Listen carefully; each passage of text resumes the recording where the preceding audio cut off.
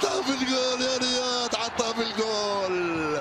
هذه لي حاج موسى، يتقدم حاج موسى، ركلة جزاء، ركلة جزاء للمنتخب الوطني الجزائري.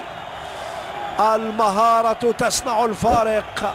الدفاع السعودي يقع في المحظور ويرتكب خطأ يكلفه ركلة الجزاء. قلت المهارة تصنع الفارق. حاج موسى، كرة للمنتخب الجزائري، والهدف الأول للمنتخب الجزائري. الهدف الأول للخضر رياض محرز يضع المنتخب الجزائري في المقدمة بعد مرور 75 دقيقة قبل ربع ساعة على النهاية. فعلها الخضر، فعلها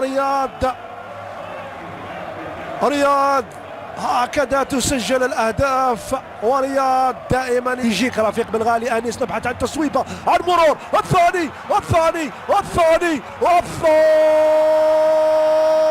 للمنتخب الجزائري.